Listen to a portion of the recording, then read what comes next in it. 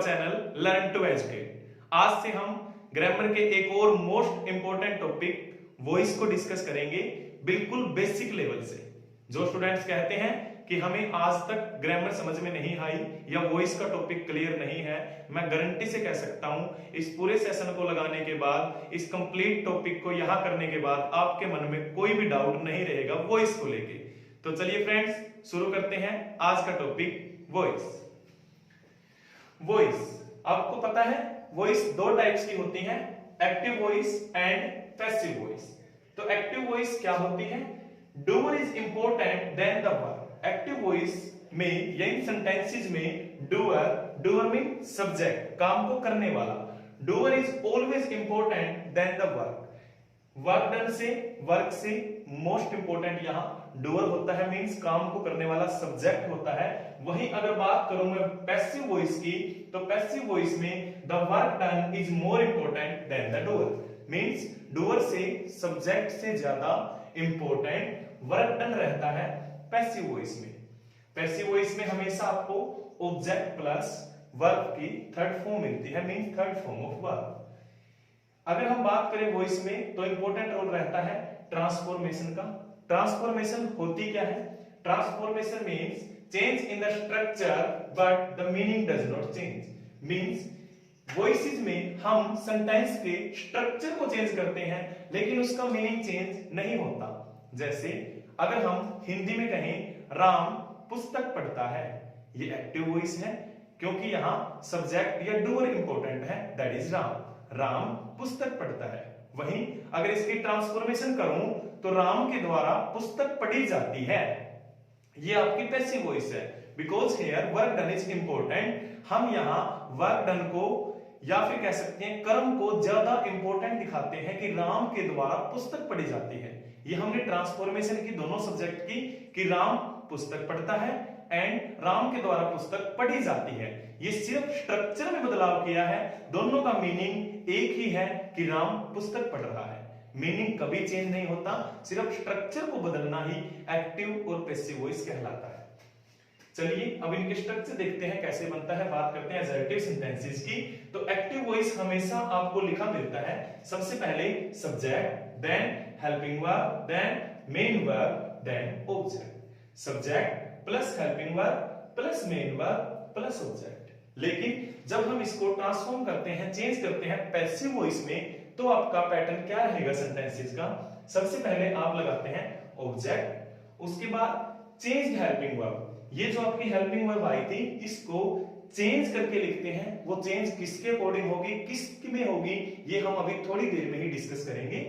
सबसे पहले ऑब्जेक्ट, उसके बाद चेंज हेल्पिंग वर्ब, उसके बाद third form of verb plus suitable preposition. ये आपको प्रेपोजिशन लगानी होती है सुटेबल, जो अलग अलग केसेस में अलग अलग रहती है, वो हम अभी डिस्कस करेंगे कि कहां पर कौन सी प्रेपोजिशन आपको लगानी है।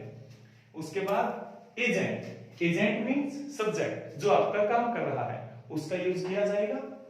दोबारा देखिए, जब आप एक्टिव वॉइस से पैसिव वॉइस में चेंज करेंगे तो सबसे पहले object, then changed helping verb, then third form of verb, then suitable preposition जो हो सकती है by, in, to, then agent mean जिसके द्वारा काम किया जाता है। चलिए अब इनको एग्जाम्पल से समझते हैं वन बाय वन। तो चलिए फ्रेंड्स समझते हैं कौन सी हेल्पिंग वर्ब को या फिर किस टेंस को पैसिव वॉइस में कैसे चेंज किया जाएगा। तो सबसे पहले समझिए फ्रेंड्स, ये है tense, active voice and that is passive voice. अगर आपका कभी भी आता है प्रेजेंट इंडेफिनिट टेंस या शॉर्टकट में कह सकते हैं वर्ब की फर्स्ट फॉर्म, वर्ब की फर्स्ट फॉर्म के साथ एस या एस या फिर डू डज, ये कभी भी आपके आते हैं, तो फ्रेंड्स आपने बी वर्ब के बारे में सीखा होगा।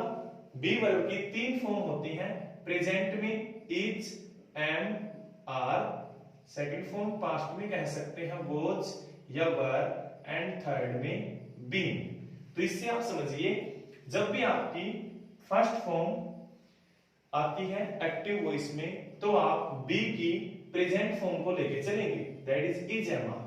तो वर्ब की फर्स्ट फॉर्म या फर्स्ट फॉर्म के साथ एस या एस या डू डज आपके चेंज हो जाएंगे पैसिव वॉइस में is, am, are plus verb की थर्ड फॉर्म। पैसिव वॉइस में मेन वर्ब आपकी हमेशा और हमेशा वर्ब की थर्ड फॉर्म रहती है।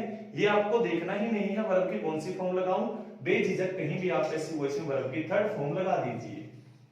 फिर बात करता हूं प्रेजेंट कंटीन्यूअस की। तो friends, present continuous means helping verb is, am, are plus V4। V4 means here V1 plus ING। अगर आपको मिलती है is, am, are plus V4 तो आप क्या करेंगे, एक्टिव वॉइस में कोई भी हेल्पिंग वर्ब कभी भी आए तो पैसिव वॉइस में सेम रखी जाती है, हेल्पिंग वर्ब वही रहती है। जैसे यहाँ इज, एम, आर है तो आप यहां भी सेम रखेंगे, helping verb is, am, are plus is, am, are के साथ में मेन वर्ब यूज की जाती है बी, यानी कि वर्ब की fourth form. Is, am, are के साथ वर्ब की फोर्थ फॉर्म यूज की जाती है, इसलिए आप क्या करेंगे, बी के साथ भी fourth form means ING, be plus ING, being. दोबारा समझिए मैंने क्या बताया, is, am, are helping verb as it is, फिर इज, एम, आर के बाद V4 आती है, इसलिए बी की फोर्थ फॉर्म बीइंग और प्लस में मेन वर्ब तो सभी की रहती है वर्ब की थर्ड फॉर्म। अगर आता है आपका present perfect, present perfect means helping verb has या हैव प्लस वर्ब की थर्ड फॉर्म। तो मैंने कहा पैसिव वॉइस में हेल्पिंग वर्ब चेंज ही नहीं करेंगे, तो हैज हैव को एज इट इज रखा, has have plus has have verb की थर्ड फॉर्म लेते हैं तो बी की third form be, has have plus be और वर्ब थर्ड तो आपकी रहेगी। ऐसे ही प्रेजेंट परफेक्ट कंटीन्यूअस, जब मैं इसकी बात करूं तो हैज हैव के साथ बीन प्लस V4।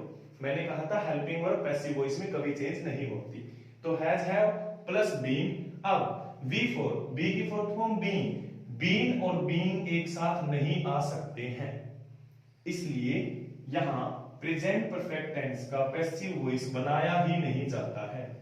याद रखेंगे फ्रेंड्स, प्रेजेंट परफेक्ट कंटीन्यूअस का पैसिव वॉइस नहीं बनाया जाता क्योंकि बीन के साथ बीइंग नहीं आ सकता, बी की दोनों फॉर्म एक साथ। फिर हम बात करते हैं past indefinite. Past indefinite means verb की सेकंड फॉर्म या डीडी के साथ वर्ब की first form. Second means be की सेकंड, ये देखिए बी की सेकंड वॉज या वर, इसलिए हम चेंज कर देंगे was were plus main verb third form of verb. फिर हम बात करते हैं present continuous. Present continuous helping verb was were plus V4 यानी V1 प्लस ING। मैंने कहा हेल्पिंग वर्ब चेंज करेंगे ही नहीं वो इसमें, तो was were as it is, was या वर प्लस वर्ब की फोर्थ फॉर्म यानी बी की फोर्थ फॉर्म बी प्लस में ING plus main verb third form of verb. Past perfect had plus third form of verb, तो यहां भी had को मैंने कहा हेल्पिंग वर्ब चेंज नहीं करते, हैड एज इट इज, यहां रखा हैड के साथ थर्ड फॉर्म, तो बी की थर्ड फॉर्म बीइंग प्लस में मेन वर्ब थर्ड फॉर्म। फिर बात करते हैं past perfect continuous, that is had been V4।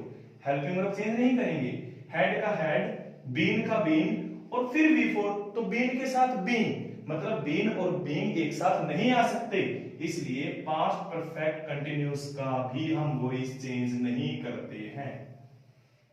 समझे friends, present perfect continuous, past perfect continuous, इन दोनों का वॉइस चेंज नहीं करेंगे। फिर बात आती है future indefinite. Future indefinite means will या शैल प्लस वर्ब की first form.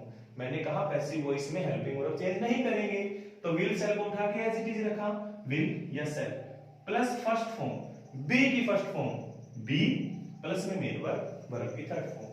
Future continuous will shall plus be plus में V4।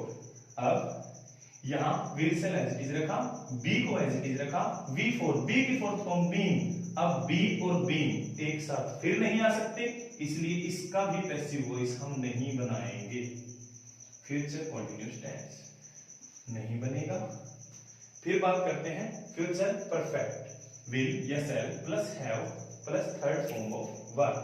तो यहां देखिए हेल्पिंग वर्ब को एज इट इज रखा, विल या शैल, हैव को एज इट इज रखा, have plus third form be की third form being plus main verb third form of verb. फिर बात करते हैं फ्यूचर परफेक्ट कंटीन्यूअस की। तो फ्यूचर परफेक्ट कंटीन्यूअस में भी will shall plus have plus been plus में V4, बीन के बाद V4 यानी बीइंग, बीन और बीइंग एक साथ नहीं आ सकते, इसलिए फ्यूचर परफेक्ट कंटिन्यूस का भी वॉइस चेंज नहीं करेंगे। क्या समझे friends? Present perfect continuous, past perfect continuous, future continuous और फ्यूचर परफेक्ट कंटिन्यूस, इन 4 टेंस के वॉइस चेंज नहीं किए जाते हैं। इनको छोड़ के 8 tens plus modals, auxiliary verbs, इनके हम हेल्पिंग वर्ब चेंज करते हैं, इनका स्ट्रक्चर चेंज करते हैं और एक्टिव वॉइस से पैसिव वॉइस में बदल दिए जाते हैं। आई होप आपको ये रूल समझ में आया होगा। अगर फिर भी कोई डाउट है तो अभी हम सेंटेंसेस से क्लियर करते हैं 3-4 एग्जांपल से कि हेल्पिंग वर्ब कैसे चेंज की जाएगी। तो चलिए फ्रेंड्स करते हैं प्रैक्टिस एग्जांपल के थ्रू। उससे पहले आपको बता दूं nominative case and objective case. Nominative case में अगर आपके पास कभी भी आई आता है एज ए सब्जेक्ट तो हम इसको एज ए ऑब्जेक्ट चेंज कर देते हैं मी के अंदर। अगर आपके पास ही आता है तो आप हिम में चेंज कर देंगे, सी आता है तो हर में चेंज कर देते हैं, दे अगर nominative case as a subject है तो ऑब्जेक्टिव केस में दे का देम कर दिया जाता है।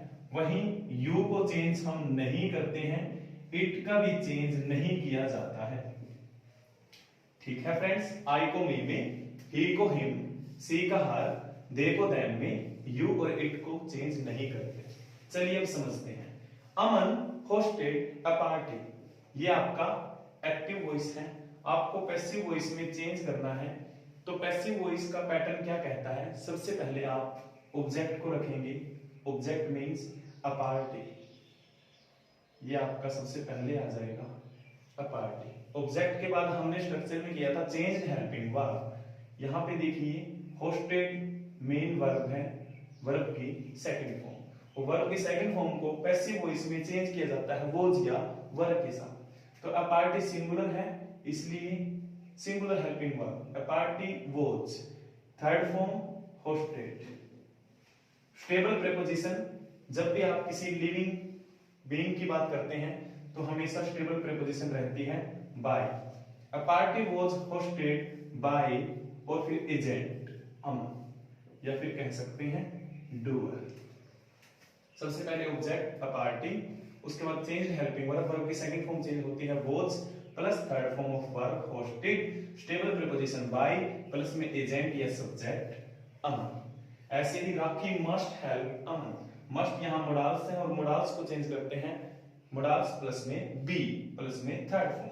सबसे पहले हेल्प मेन वर्ब, तो इसके बाद जो भी आपका ऑब्जेक्ट है वो आगे आ जाता है means Aman. Then change helping verb must, modals है, मोडाल्स के साथ यूज करते हैं be, Aman must be, third form of verb help को कर देंगे third form help, stable preposition by और एजेंट यानी कि हमारा subject Rakhi. Aman must be helped by राखी।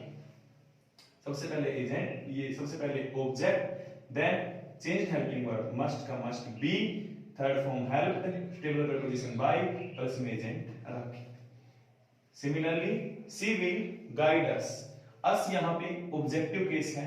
मैंने सिखाया नॉमिनेटिव केस में जब भी वी आता है तो हम वी का ऑब्जेक्टिव केस अस कर देते हैं। अब यहां ऑब्जेक्टिव केस अस पहले से दिया गया है, हमें नॉमिनेटिव केस चाहिए तो हम कर देंगे वी। सिंगुलर के साथ विल, या कह सकते हैं थर्ड पर्सन के साथ विल का यूज किया जाता है, वहीं फर्स्ट पर्सन के साथ सेल का यूज किया जाता है फ्यूचर इंडेफिनिट में। आई और वी के साथ हम पढ़ चुके हैं सेल, और ऑल अदर कोई भी थर्ड पर्सन सभी के साथ यूज किया जाता है विल। देन अस का सब्जेक्टिव केस वी, विल की जगह वी के साथ यूज किया सेल, और मोडाल्स के साथ बी, गाइड की third form guided, stable preposition by, she का चेंज हो गई her, we shall be guided by her. Then I am eating food, eating main verb, food आपका ऑब्जेक्ट। तो हमने सीखा पैसिव वॉइस में ऑब्जेक्ट आगे आ जाता है मींस फूड। फिर M plus V4 is am are change हो जाते हैं इज एम आर में ही। फूड के साथ सिंगुलर इज साथ में आ जाता है फोर्थ फॉर्म बी की, फूड इज बीइंग। ईटिंग की थर्ड फॉर्म ईटन बाय, आई का ऑब्जेक्टिव केस मी। सबसे पहले दोबारा समझिए, object food singular is, food के साथ क्योंकि इज एम आर चेंज हो जाते हैं is am are plus being plus V3 में, तो food is being V3 it क्या ईटन बाय मी। तो फ्रेंड्स ये था बिल्कुल बेसिक लेवल से एक्टिव वॉइस पैसिव वॉइस की स्टार्टिंग। अभी हम इसको एडवांस लेवल पे लेके जाएंगे नेक्स्ट सेशन से। तो इसको कंप्लीट समझने के लिए जुड़े रहिए हमारे चैनल के साथ, लर्न टू एजुकेट के साथ। देखने के लिए थैंक यू सो मच।